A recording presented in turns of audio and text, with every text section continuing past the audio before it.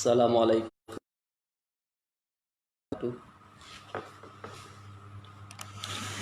Alhamdulillah. Alhamdulillahirabbil alamin wa bihi nasta'in ala umuri dunya waddin. Wassalatu wassalamu ala sayyidina Muhammad wa ala alihi wa sahbihi ajmain. Pertama-tama marilah kita memanjatkan puji beserta syukur kehadirat Allah Subhanahu wa taala. Salawat salam ke pangkuan alam Nabi besar Muhammad sallallahu alaihi wasallam. Terima kasih kita ucapkan kepada seluruh saudara-saudara, teman-teman, kawan-kawan, guru-guru kami yang mana pada malam ini kita akan melanjutkan pengajian kita. Adapun tema pengajian kita pada malam ini, kita akan membahas mengenai bersiwak.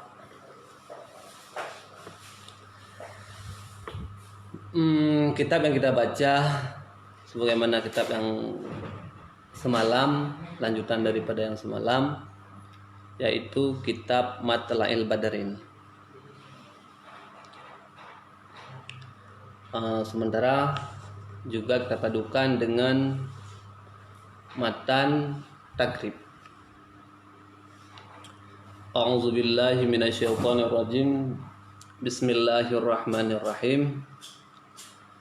Faslun wasiwaku mustahabbun fi kulli halin illa ba'da zawali lisaimin wa huwa fi salasati mawadhi'a. Asyaddu istihbaban inda taghayyuril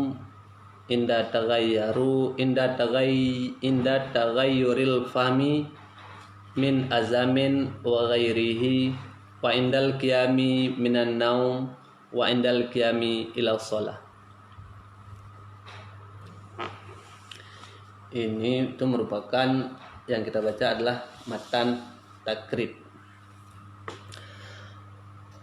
Wasiwaku mustahabun, dan bermula siwak itu dituntut sunatkan. Apa sebenarnya siwak?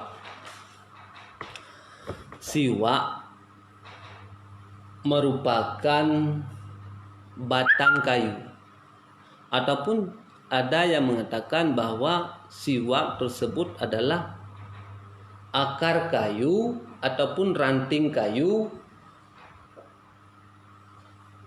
pohon, ranting pohon Arab, ranting pohon ataupun ranting pohon Arab. Pohon Arab tersebut kalau nama Latinnya adalah Salvador versica. Salvador versica itu merupakan tumbuhan yang tumbuh di daerah timur. Untuk pohon siwak tidak ada tumbuh di daerah kita. Maka maksud siwak di sini adalah as-siwaku mustahabun. Siwak itu dituntut sunatkan. Membersih gigi, membersih mulut ataupun membersih lidah. Ini suatu fasal pada menyatakan sunat bersugi. Maka sunat pada tiap-tiap kelakuan dan terlebih mungkin tak kalah hendak membaca Quran. Siwak tersebut dituntut sunatkan pada setiap hal ataupun pada setiap ketika, selalu sebenarnya dituntut sunatkan. Kita selalu dituntut sunatkan siwak. Sebagaimana Rasulullah pernah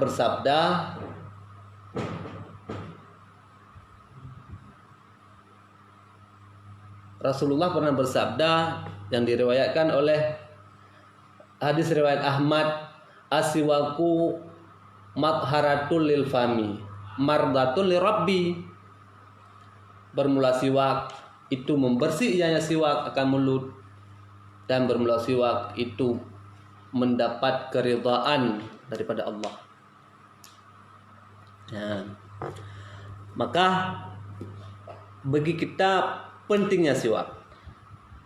Kapan kita bersiwak? Sebagaimana dijelaskan bahwa di setiap ketika, lebih-lebih ketika kita mengerjakan ibadat-ibadat, tak kalah mengerjakan ibadat-ibadat kepada Allah, maka perlu kita untuk bersiwak.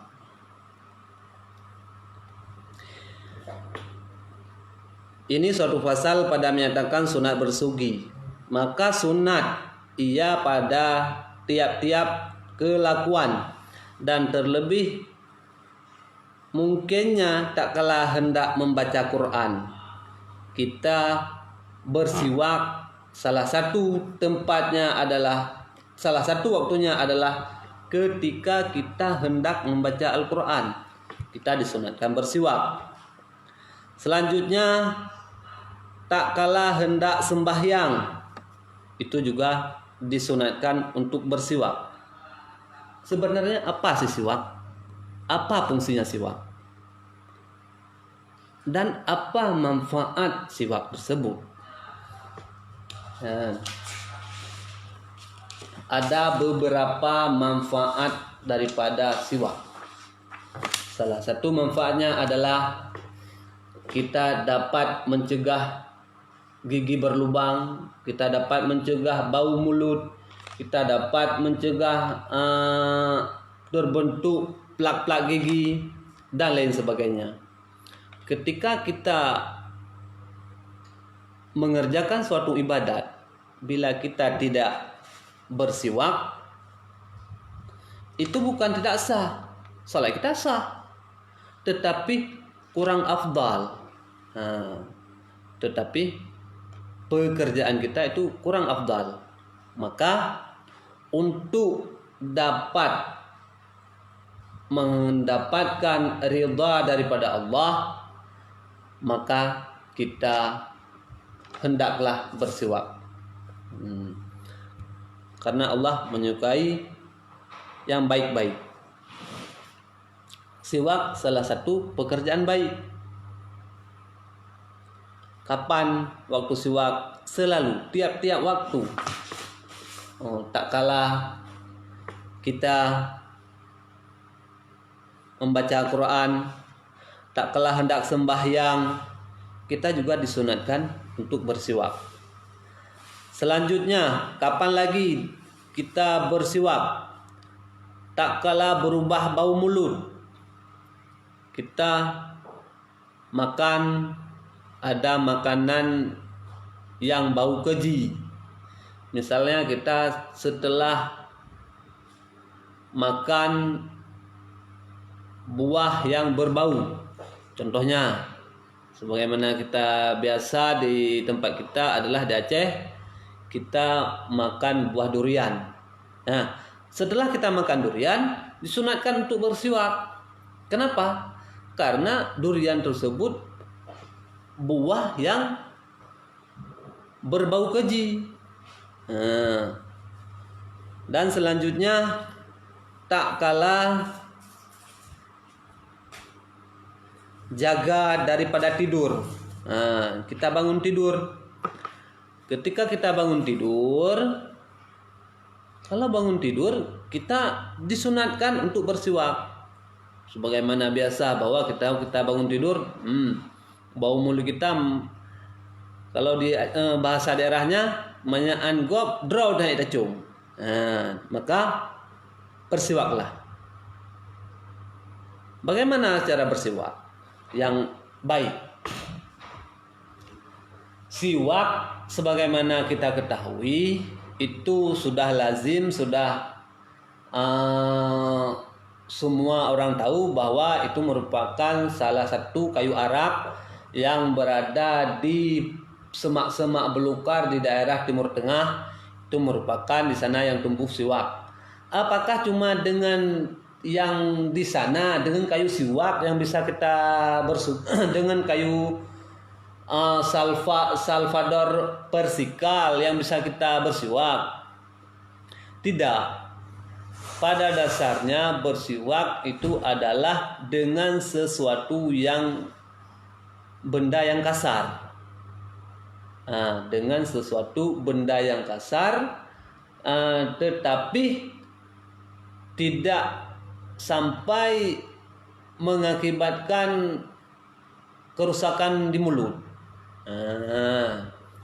Kalau ke daerah kita ada misalnya manyam u, bisa juga kita potong manyam u yang apakah yang tua, apakah yang muda, kita suka bisa buat. Kita potong-potong. Misalnya begini, kita potong, kita potong. Panjangnya, panjang kayu siwak, kadar kayu siwak. Sebagaimana kita mendengarkan pendapat guru-guru kita, kadar kayu siwak panjangnya tidak lebih sejengkal. Segini. Ini seperpan. Minimal seginilah. Satu pulpen ini. Ini kan tidak lebih sejengkal. Kalau terlalu panjang kita susah. Tidak lebih sejengkal, tidak kurang 4 jari. Jangan cuma segini. Ini susah. Ketika kita bersugi susah. Maka jangan lebih daripada sejengkal, jangan kurang daripada 4 jari, jangan lebih besar daripada jempol, dan jangan lebih kecil daripada ini kelingking. Kalau kecil kali susah. Waktu kita gosok-gosok gigi patah. Maka kita menggosok gigi, kita bersiwak minimal ala kadar, kalau kita panjangkan sekitar 20 ataupun 20 cm lah, 20 sampai 25 cm. 25 juga sudah agak panjang. Tapi jangan dipendek kali. Kalau pendek kali juga tidak bisa. Tidak bagus, bukan tidak bisa, bisa, tetapi tidak afdal. Yang terlebih afdal adalah jangan lebih daripada sejengkal, jangan kurang daripada 4 jari, jangan lebih besar daripada jempol, jangan lebih kecil daripada kelingking. Itu saya yang teringat saya. Itu merupakan kutipan guru kita, sering saya dengarkan guru-guru kita yang mengatakan demikian. Karena aturan yang dasarnya tidak ada. Itu itu paling bagus. Kriteria yang demikian itu adalah siwak yang paling bagus. Selanjutnya, tak kalah hendak sembahyang. Itu juga sunat bersiwak, tak kalah berubah bau mulut, dan tak kalah bangun daripada tidur, dan tak kalah kuning-kuning gigi. Tak kalah kuning-kuning gigi. Ketika kita melihat setelah makan sesuatu yang mengakibatkan gigi kuning. Contoh, di daerah kita setelah minum kopi, para pecinta-pecinta kopi, maka sediakanlah siwak bagaikan kita menyediakan pulpen. Taruh aja, karena siwak itu tidak berbahaya. Walaupun tidak berbahaya,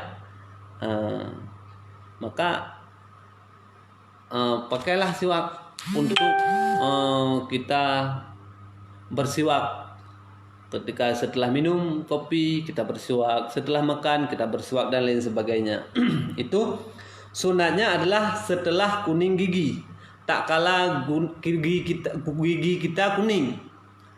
Ketika kita lihat bahwa gigi kita kuning, oh ini kuning enggak nih gigi kuning bagus ini enggak. Nah, ketika kita lihat oh ini sudah kuning gigi kita, ambilkan siwak di kantong kita, nah langsung kita bersiwak. Nah, itu adalah sunat. Dan sunat pula tak kala hendak tidur. Tak kala hendak tidur itu juga sunat. Ketika kita mau tidur, maka sebelum kita tidur kita lebih afdal menggosok gigi. Menggosok gigi terlebih afdalnya dengan siwak. Kenapa? Siwak itu sebagaimana penelitian yang telah diteliti oleh para dokter. Saya pernah membaca beberapa artikel mengenai siwak, bahwa di dalam kayu siwak ataupun salvador vertikal itu ada di dalamnya mengandung antibakteri, pembunuh bakteri. Ketika kita bersiwak, maka bakteri-bakteri yang ada di mulut kita dapat mengurangi ataupun dapat menghilangkan dengan bersiwak tersebut. Maka kita lihat bila orang yang bersiwak umumnya giginya bagus. Tetapi kalau orang yang kurang bersiwak maka giginya kurang bagus. Apakah orang yang sudah rontok gigi tidak bersiwak? Bukan juga. Orang sakit gigi tidak bersiwak? Bukan juga. Ada juga orang bersiwak sakit gigi. Tetapi bila kita rutin bersiwak, insya Allah gigi kita bagus. Insya Allah gigi kita tidak akan kuning. Insya Allah gigi kita tidak akan rontok. Insya Allah gigi kita tidak akan bolong. Selanjutnya tak kala kuning-kuning gigi. Dan sunat pula tak kala hendak tidur dan tak kala ambil wudu. Ambil wudu. Kita sebelum mengambil wudu lebih dahulu disunatkan siwak, menggosok gigi, siwak. Dan membaca hadis. Para penghafal hadis. Para penghafal hadis, sebelum kita hafal hadis kita membaca atau kita bersiwak lebih dahulu. Salah satu jalan cepat bisa untuk menghafal hadis itulah salah satu caranya adalah bersiwak. Jangan ragu-ragu untuk bersiwak, maka bersiwaklah. Membaca hadis dan tak kala hendak berzikir. Ketika kita hendak berzikir daripada salat duha, salat tahajud, siang kita salat duha, malam kita bangun dari salat tahajud. Setelah tahajud kita berzikir, setelah salat kita gosok gigi dulu, kita siwak dulu, setelah lanjutnya baru kita berzikir menyebut nama Allah. Apakah siang, malam, pagi, sore itu terserah. Pokoknya sebelum kita berzikir maka kita bersiwak. Tak kala hendak masuk Ka'bah. Ketika kita hendak masuk Ka'bah, ini juga sunat untuk bersiwak. Dan selanjutnya tak kala masuk seseorang kepada rumahnya. Sebelum kita masuk rumah, jangan kita panggilkan bini dulu, bini dulu. Jangan. Tetapi kita bersiwak dulu, baru kita panggil, sayang sini dulu. Ini ada abang bawa pulang ini, ambilkan. Ketika dekat dengan bini kita, bau mulut kita udah bagus, harum lagi. Kenapa? Karena telah kita siwakin, telah kita bersiwak. Agak tadi mungkin ada bekasan-bekasan kopi, apalagi kopinya agak pahit dan lain sebagainya, maka kita pulang ke rumah, langsung ketemu sama anak-anak. Waktu kita panggil, menjauh dia. Nak, sini dulu. Dia tak mau. Kenapa? Bau mulut kita lebih daripada lebih tidak mengenakan baunya. Maka orang itu tak mau mendekati kita. Maka alangkah baiknya ketika kita mau mendekat dengan rumah, kita bersiwak. Maka harus ada siwak. Supaya kenapa? Biar setiap waktu kita bisa bersiwak. Setiap waktu bisa kita bersiwak, baik pergi maupun pulang. Selanjutnya, tak kalah jima. Tak kalah jima juga kita bersiwak. Ini pengalaman, ini dikhusus kepada orang ataupun kawan-kawan. Kita sebelum melakukan hubungan suami istri, maka kita disunatkan untuk bersiwak. Supaya kenapa? Ketika kita bersiwak mungkin dapat menggairahkan lebih banyak, dan lain sebagainya. Maka kita perlu bersiwak. Dan pada ketika lapar, untuk menunda lapar, salah satu menunda lapar adalah kita bersiwak. Nggak percaya? Kalau nggak percaya coba. Kalau kita nggak percaya, coba praktekkan. Misalnya kita lapar, langsung kita bersiwak. Langsung kita bersiwak, ambil setelah bersiwak, coba rasakan. Apakah laparnya lebih besar ataupun laparnya lebih berat, ataupun sudah mengeringankan kelaparan. Selanjutnya itu adalah ketika kita lapar dan dahaga. Dan ketika kita dahaga. Ketika dahaga juga kita bersiwak. Mungkin kita pulang lari-lari, pulang bekerja, pulang lain sebagainya, langsung kita bersiwak. Kenapa? Air liur kita mungkin disebabkan pekerjaan agak menunda keluar, tetapi karena kita bersiwak, kita bersiwak, alhamdulillah dapat lancar pori-pori lidah kita. Pori-pori lidah kita di samping-samping langsung keluar air liur kita, sehingga walaupun kita dahaga dapat menunda untuk minum. Selanjutnya, tak kalah hendak mati. Kita mau mati, tapi disunatkan bersiwak. Ini bagi siapa? Bagi si yang mati ataupun bagi orang yang belum mati? Maka maksud di sini maksud di sini ketika hendak mati, ada saudara kita yang menurut kasat mata kita lihat ini sudah mau dekat dengan ajal. Ketika kita lihat baik orang tua kita, saudara kita dan lain sebagainya, itu sudah hampir sakratul maut. Mungkin agak kurang dengan siwak, maka rohnya akan cepat keluar ataupun lain sebagainya. Maka ini bagi yang hendak mati disunatkan bagi orang yang hidup, untuk orang yang mati, bukan orang yang mati yang bersiwak. Orang yang akan hendak mati setelah bersiwak langsung mati, itu bukan. Maksudnya bagi kita menyekun gutanya uraceh yang ia watai peratip terakhirnya, tanda pretipnya, tak ucapnya, ketikanya maka hinanlah disitulah kita bersiwak.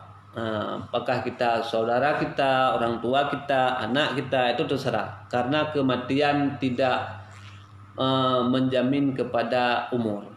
Itu bisa mati anak-anak, bisa mati orang tua, bisa mati orang yang lain sebagainya. Itu terserah. Pokoknya kalau ada orang yang hendak sakratul maut, maka hendaklah bagi kita untuk bersuci. Nah, selanjutnya, dan dikatakan bahwasanya memudahkan keluar ruh. Nah, itu maksudnya. Kenapa orang yang mau hampir meninggal disunatkan untuk bersugi? Supaya dapat memudahkan keluar ruh. Nah, itu dapat memudahkan keluar ruh daripada jasad. Karena sangat sakit, sangat sakit rasa yang kita rasakan ketika ruh ingin meninggalkan jasad. Sebagaimana yang diumpama guru-guru kita yang dahulu, kalau bahasa daerah kami, dari bahasa daerah Aceh, lagai kameng gepluk yahudib lubeh lam sakit jangan gila.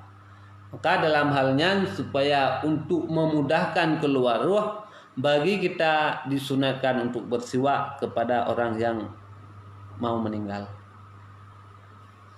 Selanjutnya sunat pula ketika hendak musafir. Kita ingin berpergian. Berpergian musafir, kita ingin berangkat ke luar daerah, maka kita bersugi lebih dahulu. Kenapa? Pujut guyung musugau. Pujut guyung musugau. Kenapa kita disuruh bersugi? Karena dalam perjalanan kita akan berada di samping orang-orang yang lain. Tetapi ketika kita tidak bersugi, maka akan menimbulkan bau mulut, bau ini, bau itu, dan lain sebagainya. Itu adalah ketika kita hendak musafir. Selanjutnya, tak kala datang daripadanya. Baru kita pulang dari musafir, kita juga disunatkan untuk bersugi dan lainnya, seperti barang yang tersebut di dalam kitab yang lebih besar, melainkan kemudian daripada tergelincir matahari bagi orang yang puasa. Illa lisaumin. Sebagaimana illa ba'da zawalis lisaimen.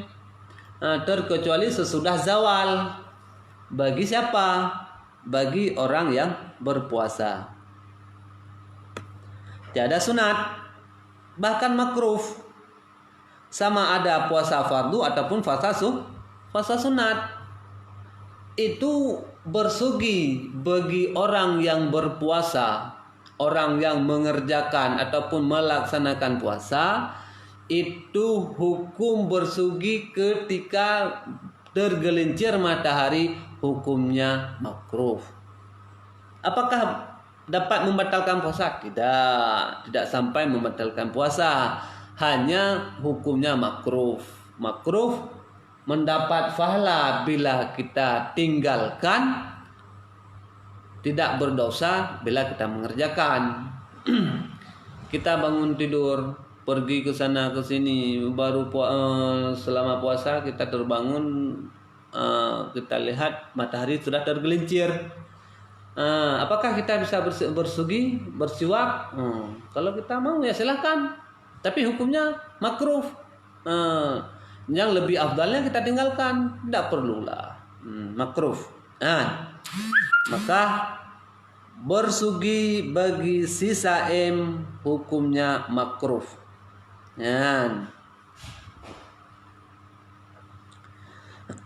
Di dalam tak yang panjang-panjang daripada ke Ya. Daripada bagi orang yang puasa tiada sunat bahkan makruh, sama ada puasa fardu ataupun sunat ataupun puasa sunat. Dan hilanglah makruh dengan jatuh matahari. Kapan bagi orang puasa tidak makruh lagi mengerjakan siwak? Ketika dia ataupun ketika orang puasa tersebut berbuka puasa ataupun terbenamnya matahari. Terbenam matahari setelah waktu berbuka. Setelah berbuka, bismillahirrahmanirrahim. Allahumma laka sumtu wa bika amantu wa ala rizqika aftartu birahmatika ya arhamar rahimin. Langsung kita bersiwak. Itu enggak apa-apa. Kenapa? Karena telah berbuka puasa. Maka tidak mengapa. Kenapa? Karena telah terbenam matahari. Selanjutnya, dan sunat bersugi dengan tangan kanan. Itu adalah tadi waktunya.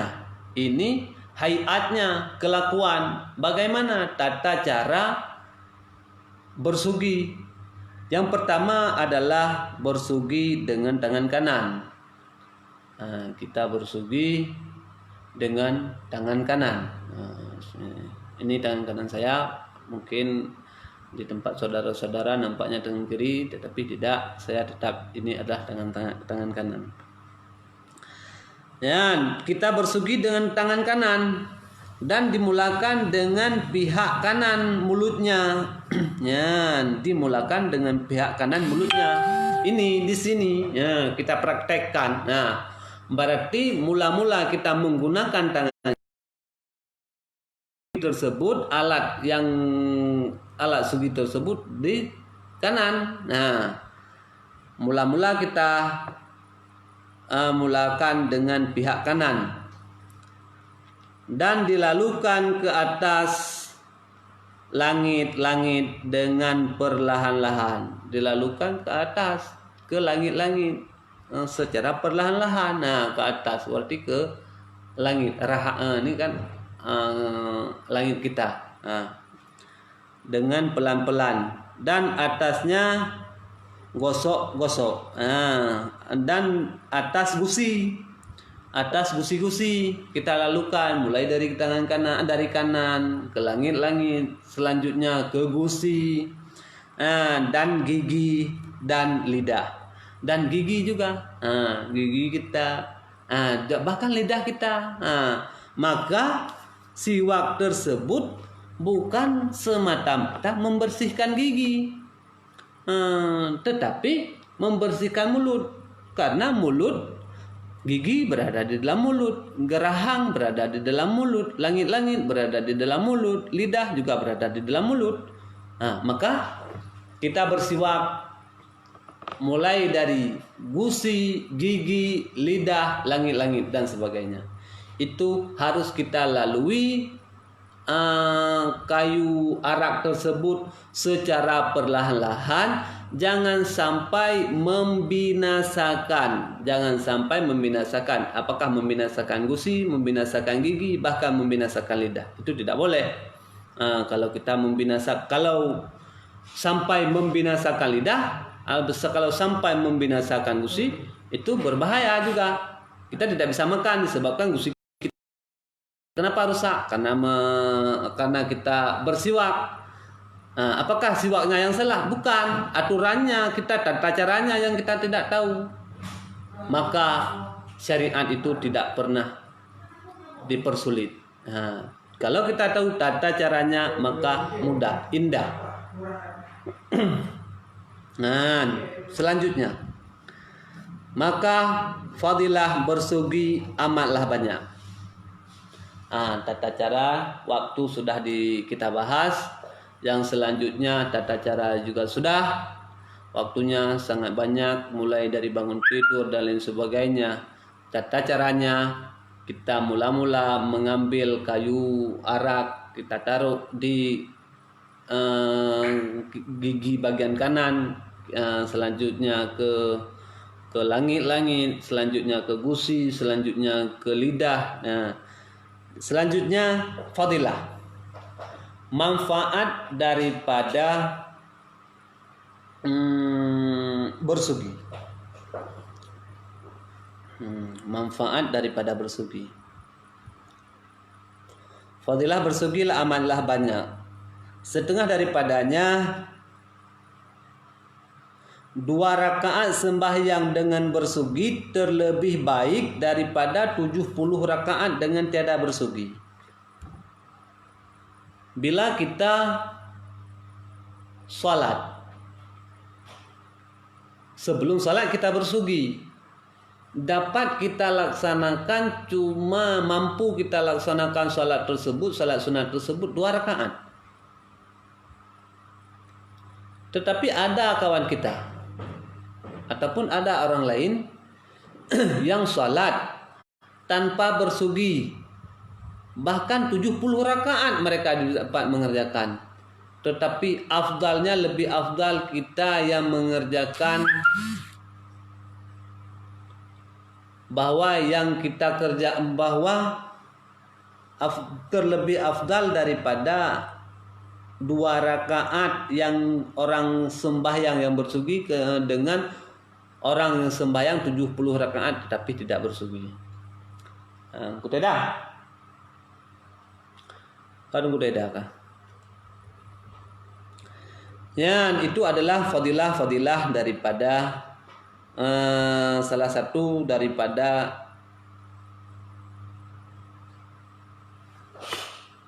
bersugi. Dan setengah daripadanya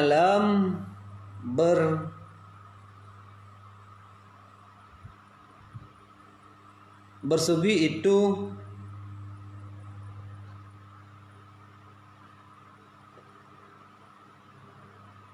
meridhakan bagi Tuhan, mengharap ridha daripada Allah. Kita bersugi mengharap keridhaan daripada Allah Subhanahu wa taala. Kita bersugi mengharapkan keridhaan daripada Allah Subhanahu wa taala. Dan mengikuti dan menyucikan mulut. Bersugi juga dapat untuk menyucikan mulut dan membaikkan baunya. Supaya mulut kita baik baunya, kita bersugi. Itu adalah salah satu manfaat. Dan menambahkan akal. Salah satu daripada manfaat bersugi adalah menambahkan akal. Mungkin akal kita agak tersembunyi, sehingga kita pakai bersugi mungkin dapat tumbuh akal-akal baru. Di sini maksudnya pemikiran-pemikiran yang cerdik, pemikiran-pemikiran yang kreatif. Tetapi kalau kita kurang bersugi, udah begitu-begitu aja, tidak ada ide-ide kreatif yang baru. Dan mencerahkan mata. Maka bagi kawan-kawan yang sudah agak berkunang-kunang, matanya berkunang-kunang, itu mungkin sering ada kegiatan-kegiatan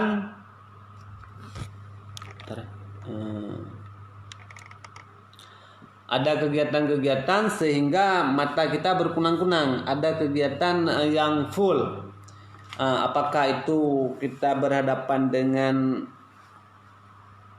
cahaya, contohnya kita sering berhadapan pekerjaan kita dengan laptop dan lain sebagainya, itu mata kita agak berkunang-kunang.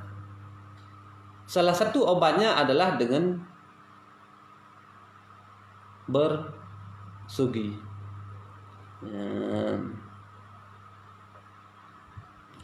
Salah satu obatnya supaya mata kita lebih terang, jangan sampai berkunang-kunang, itu adalah dengan bersugi.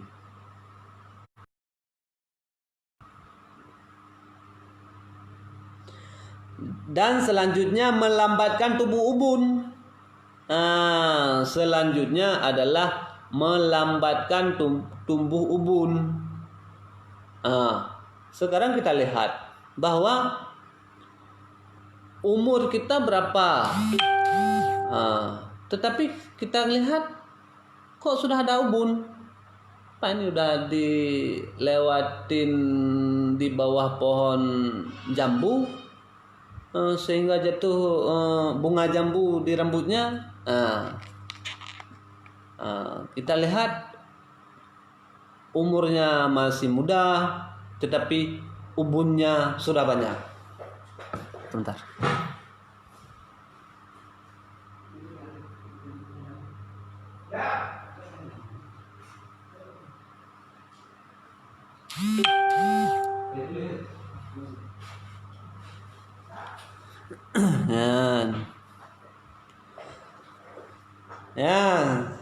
Selanjutnya adalah melambatkan tumbuh ubun. Kalau kita sering bersiwak, insya Allah ubun kita lambat.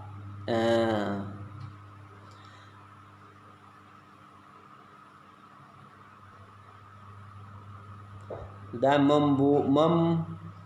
membetulkan belakang, dan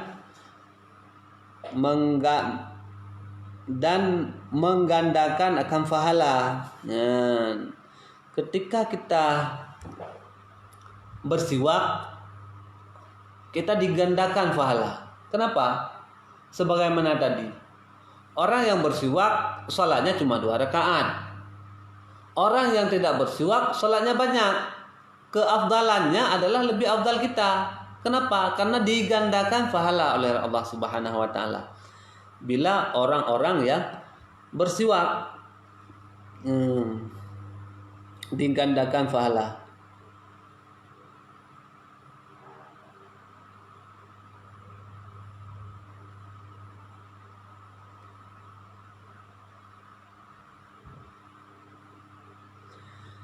Dan menginginkan kalimat bagi syahadat tak kala hendak mati. Dan menginginkan kalimat bagi syahadat tak kala mati.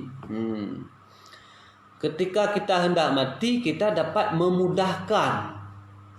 Kita dapat memudahkan untuk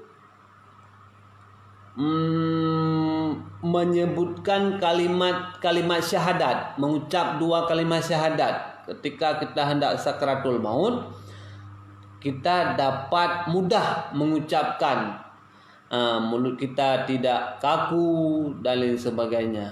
Mulut kita tidak kaku dan lain sebagainya. Kita dapat memudahkan menyebutkan 2 kalimat syahadat tak kala kita meninggal. Maka barang siapa tiada kuasa bersugi pada segala waktu yang tersebut dahulu itu, maka hendaklah ia bersugi pada sehari semalam sekali. Itu merupakan warning yang sangat-sangat keras sebenarnya ini.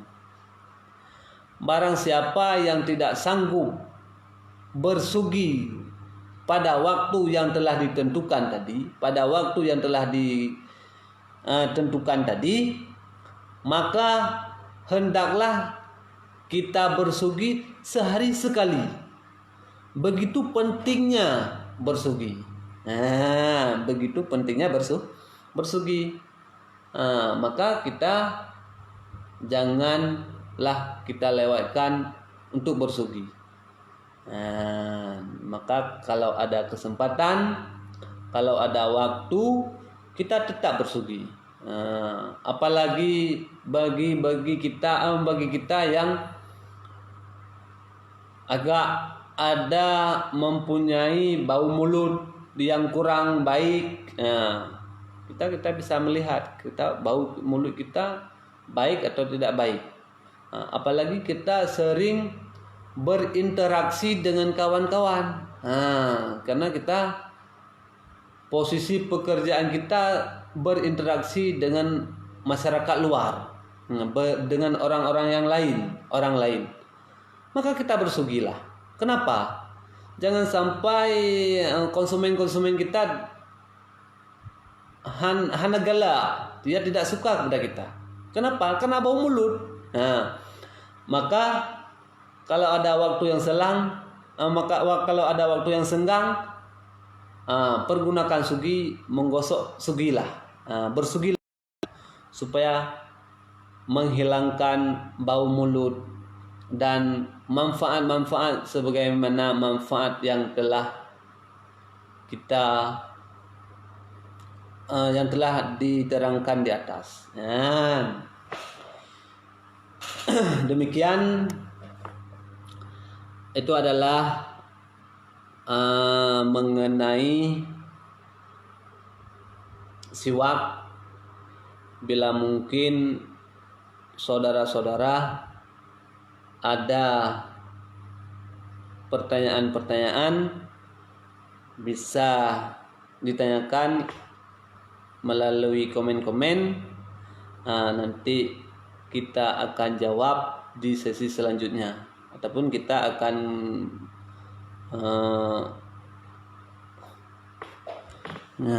saya lihat dulu apa ada pertanyaan. Bang Syukri, kok berat cahaya lampu? Salah lampu, dah setelan untuk setel, awaknya setel. Mengenai pertanyaan-pertanyaan silahkan komen. Tetapi misalnya ada yang bertanya, kenapa kemarin di hari yang pertama kita live dengan bahasa daerah kita, sementara hari ini kita tingkatkan tidak menggunakan bahasa daerah lagi. Ini adalah masukan-masukan dari kawan-kawan ketika saya cross check di HP saya,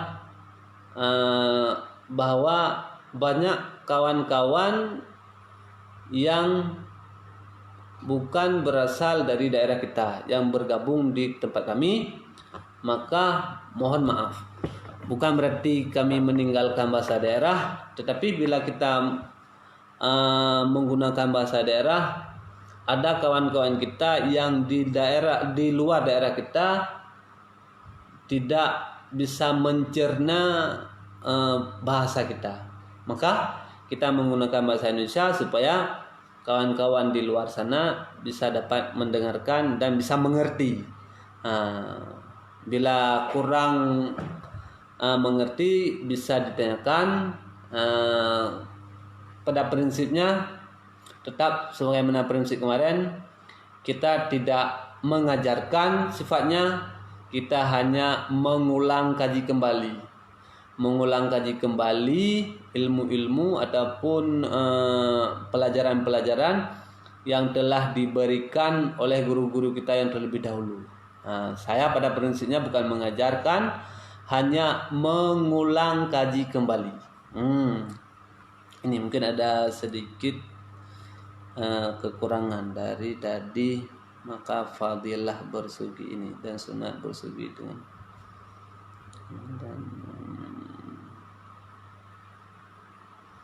ini daripada tergelincir matahari. Ini di sini saya tadi ada matahari bagi orang yang puasa tiada sunat bahkan makruh. Iya, sama ada puasa fardu ataupun sunat, dan hilang makruh ketika jatuh matahari. Dan memilih oleh Imam Nawawi. Ini satu tadi kekurangan, saya lupa. Baru teringat saya nih. Ini ada loncat. Dan memilih oleh Imam Nawawi akan ketiadaan makruh mutlak sama ada ya dahulu daripada tergelincir matahari dan kemudiannya. Imam Nawawi, guru kita Imam Nawawi, pendapat Imam Nawawi bahwa siwak itu sunat kapan saja, tidak makruh kapan saja, bagi siapa saja kapan saja. Apakah bagi yang tergelincir matahari bagi orang yang puasa, ataupun tergelincir matahari bagi orang yang tidak puasa. Pokoknya siapa saja sunat, kapan saja, di mana saja. Itu menurut Imam Nawawi. Nah, itu bila ada kawan-kawan saudara-saudara kita yang terbangun waktu agak kesiangan sehingga belum sempat siwak, maka siwaklah. Kita mengikuti Imam Nawawi. ada itu menurut beliau. Itu agak kelewatan tadi satu. Mungkin itu yang dapat kami sampaikan. Lebih kurang kami mohon maaf. Ada saudara-saudara, kawan-kawan yang ingin menanyakan, silahkan di komen. Nanti akan kita bahas di sesi selanjutnya. Sampai di sini saya akhiri. Assalamualaikum warahmatullahi wabarakatuh.